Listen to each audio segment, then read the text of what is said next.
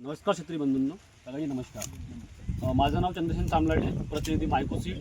तर मित्रांनो, मी आज आलेला आहो उडीटोला गावामध्ये. आपल्यासमोर कास्तकार आहेत.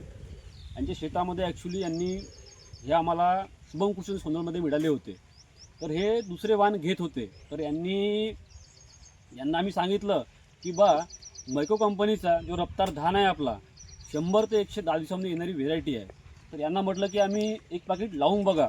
तर हे म्हणजे खूप प्रयत्न करून हे मानले आणि यांनी शेवटी आमच्या कंपनीचं एक पॅकेट आणला.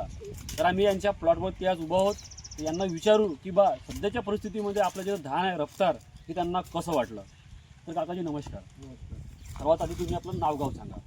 श्रीराम किशन लंगे.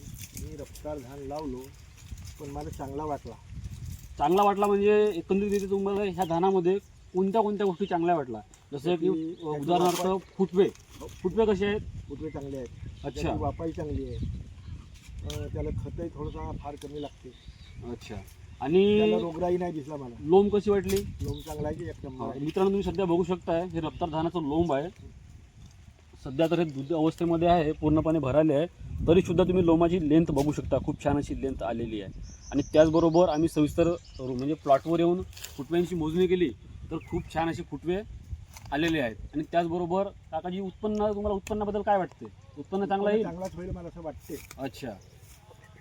तर मित्रांनो, एकंदरीतरित्या ह्या धानामध्ये सगळ्याच गोष्टी आपल्याला चांगल्या पाहायला मिळत आहेत. तर मित्रांनो, मी आशा करतो की येणाऱ्या हंगामामध्ये मायकोसीडचा रफ्तार संकरित धान तुम्ही नक्की लावा आणि चांगलं उत्पादन घेण्याचा प्रयत्न करा. धन्यवाद.